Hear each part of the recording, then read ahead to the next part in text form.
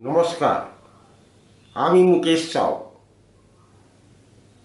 5 কোটি সনাতনী বাংলার বুজুর্গ মা এবং বাবা তুল্য লোকজনকে পা ছুঁয়ে আমার প্রণাম। আর সঙ্গে সঙ্গে সমবয়সী আমার ভাই বোনকে আমার নমস্কার। তার সঙ্গে সঙ্গে যত ইয়াং জেনারেশন 5 তারিখের অপেক্ষায় খুব এক্সাইটমেন্ট হয়ে বসে আছেন, তাদেরকে খুব ভালোবাসা, শুভকামনা এবং অভিনন্দন। আর ছোটো বাচ্চাদের জন্য সব সময় ভালোবাসা আর প্রীতি, শুভেচ্ছা।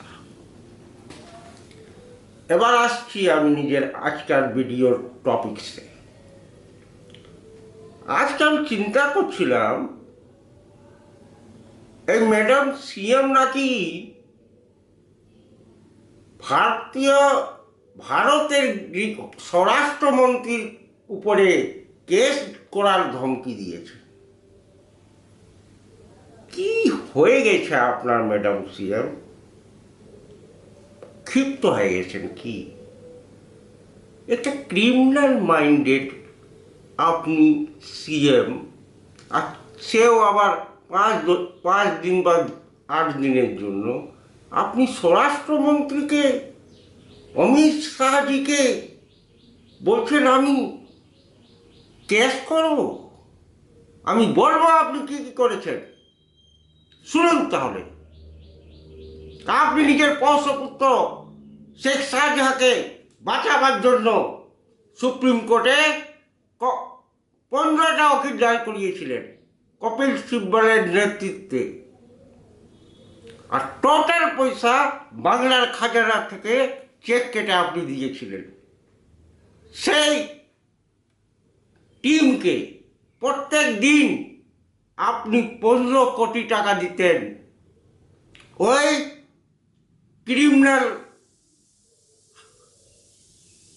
মানে বিদেশি ঘুষপেটিয়াকে এনে নিয়ে, যাকে পোষ্যপুত্র বানিয়ে রেখেছিলেন। আর আপনি এবার বলছেন আমি স্বরাষ্ট্রমন্ত্রীকে উপর কেস করব। আরে আপনার মতো মতো কত এলো আর কত চলে গেল। ভারতীয় জনতা পার্টির একটা সাধারণ কাজকর্তাকে আপনি কিছু করতে পারেন না।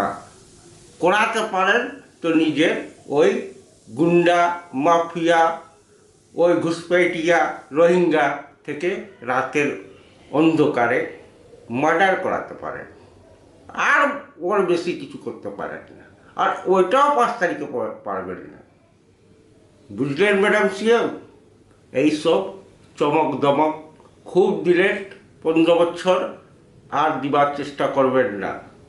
এইসব চমক দমকে যদি ভারতীয় জনতা পার্টির কার্যকর্তা ডরে যেত, তবে আজ থেকে, যখন আমি পার্টি জয়েন করেছিলাম, তখন আমাদের পার্টিতে কেবলমাত্র 2জন এমপি ছিলেন, মাননীয় অটল বিহারী বাজপেয়ী এবং লাল কৃষ্ণ আডবাণী। আজকে দেখুন তো, গুনতে পারবেন আপনি কত কাজকর্তা ভারতীয় জনতা পার্টির পুরো ওয়ার্ল্ডে আছে? নট অনলি ইন্ডিয়া, টোটাল ওয়ার্ল্ডে আমাদের ওভারসিজ টিমের গঠন করা আছে। আর আপনি বলছেন মাননীয় অমিত শাহ স্বরাষ্ট্রমন্ত্রী ভারত সরকারের উপর কেস করবেন। কাকে ধমকি দিচ্ছেন ম্যাডাম সিএম? এইগুলা ভারতীয় জনতা পার্টির কার্যকর্তা কোনো দিন এই সেই চমক ধমক, ধমকি সমকিগুলো কোনো দিন মানে না। ঠিক আছে? এই জন্য আপনি, আগে আরও বলছি কি, আপনি কি কি করার জন্য সুপ্রিম কোর্ট গেছেন। আমি এখানে আজকের ভিডিওটা শেষ করছি, তারপরে আবার আসছি।